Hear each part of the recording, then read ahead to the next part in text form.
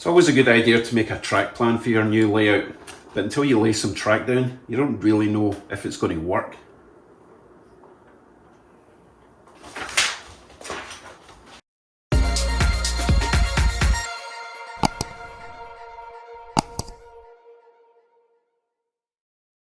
Hello YouTubes, welcome back to ScotRails. I'm Dave. Now, when I started planning out this layout, I had massive, huge ambitions for two looping tracks, switching, crossovers, all sorts of crazy stuff going on. But after laying just a little bit of track just to test one section, I've realised I'm going to have to lower my expectations a fair bit. This is a very rough plan of my first attempt at the layout. As you can see, it's a U-shaped layout, looping round all the way, two loops going round, and then this first section had a sort of independent loop. So I kind of had three options for looping. However, you see how close these rails are to the edges. How does that transfer to real life? Well, as you can see, the track is very close to the edges. This is an 18-inch radius curve. So in order to get two tracks, this would have to be right at the edge, that would have to be right at the edge, and it would just look a bit cluttered. And no one wants their track right on the edge of the track, or no one wants their track right on the edge of the layout at the front, and especially not at the back, because then you're not going to have room for any scenery beyond that train if the track is right up there. So I've had to rethink my whole plan, but I think I've come up with a pretty good idea. Instead of having two sets of tracks going all the way around the layout and back, I'm going to go for one mainline loop that goes all the way around, and there will be maybe a station on one side, station on the other side, whatever. And then in between the loops, there will be a point-to-point track. And again, I could have it terminating at a station at one side, maybe some switching for a little industrial area on maybe one side. And I think that'll actually work even better, because I'll have the constant loop that you can just sit and watch trains go round and round, but I'll also have the possibility of a bit of operational stuff, you know, changing out coaches, changing out goods wagons, that kind of stuff.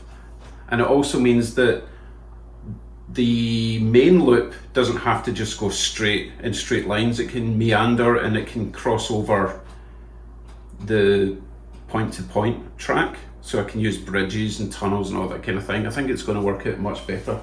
So that's the plan. But before I do that, I do obviously still have to glue all my foam board down, paint it all. I'm just going to go a sort of dark brown just now, and then paint the background a light blue. So I better go and get some paint. See you in a bit.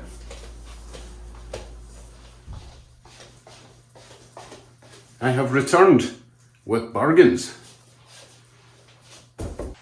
Paint in Canada is expensive. A quart is generally about $25 plus tax.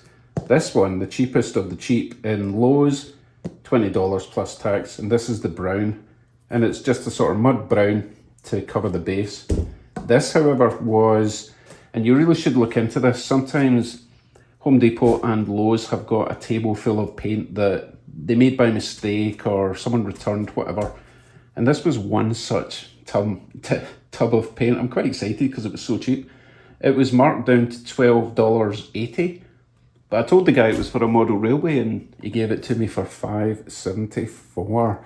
And it's a sort of sky blue. You can't really see it because he's put the label over the colour, but there it's there. That's going to be perfect. But that's not all. I also got a couple of bottles of Gorilla Glue, wood glue, white glue, whatever, excuse me, for gluing down the foam. These were about $8.50 each, and the equivalent size of the other stuff that the big box stores sell is about $12. So that was a pretty good saving. But here's the belter of the deal. Cork sheets that I'm going to turn into roadbed. This is 1/4 inch thick, which is absolutely perfect for roadbed, and much cheaper than buying a roll from like Scenics, Woodland Scenics, whatever, where I would have to buy like 3 or 4 rolls of the stuff. This whole pack, which is, bear with me, it's 2 foot by 3 foot, and there are 5 strips at 1/4 inch, $50. That's awesome, but the best thing is, for the curves that I'll be doing, I don't have to cut it into little strips and bend it round. I can actually do a curve. Yeah, there might be a bit of waste, but I can use that in other places. But for the ease of application, that will take me maybe, well, I can get quite a few sections of curve out of this. I'm just really happy with this. That's awesome.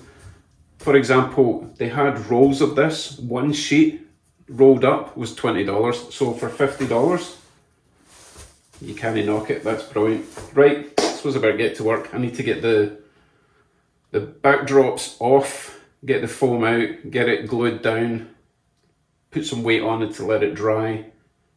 Backdrops back on, paint them, and then paint the base. Let's go.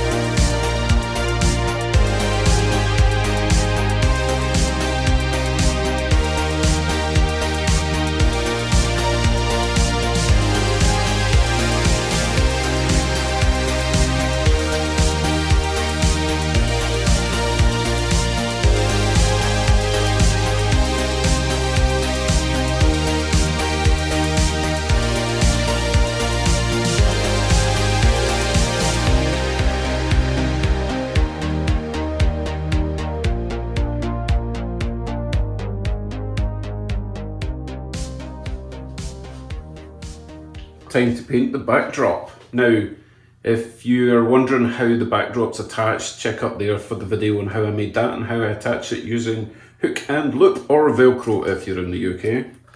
I got it to line up pretty good at that joint and that joint over there. Not so good.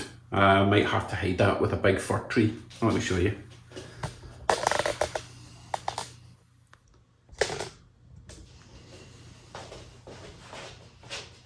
The best I could do. I don't know what happened, maybe it shrunk. Right, paint. I'm going to be using a brush around the bottom and a roller for everywhere else. Hopefully it'll just take one coat. I think I've got enough to do too. Right, let's go.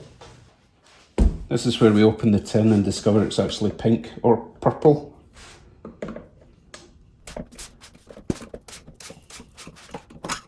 Definitely not pink or purple. Oh, that looks like it's going to be perfect. Perfect. Shouldn't need too much of a stir. The guy did give it a good stir before I picked it up. Oh, I think that's just going to be ideal. Now, it will probably dry lighter.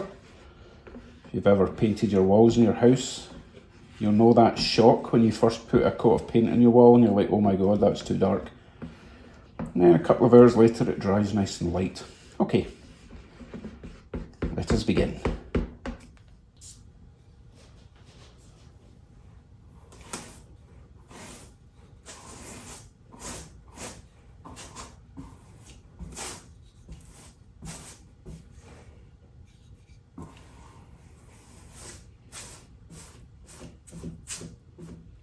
That is going on really nice. I'm so glad I put the white primer on first.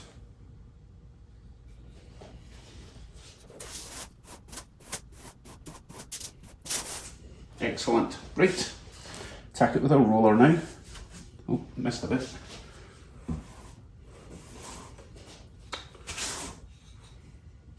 Okay, rolly time.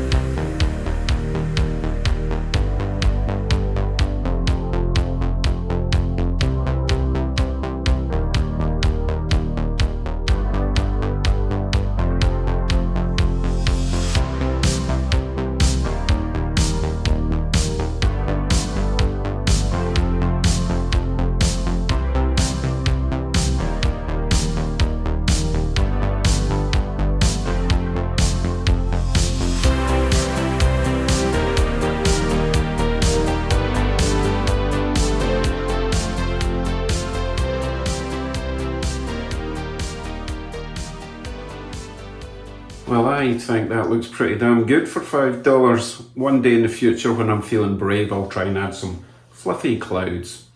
Okay, on to the brown. Before I go on to the brown paint, and if you've made it this far, hit the subscribe, click the bell to be notified, because I'm going to be starting laying track very soon. You don't want to miss that. Right, brown paint, I'm going to be a wee bit more careful with that because I don't want to be ruining my nice blue sky. Don't worry, I'm not going to make you sit and watch me painting brown paint, the definition of watching paint dry. Instead, here's a short clip of what I got up to today.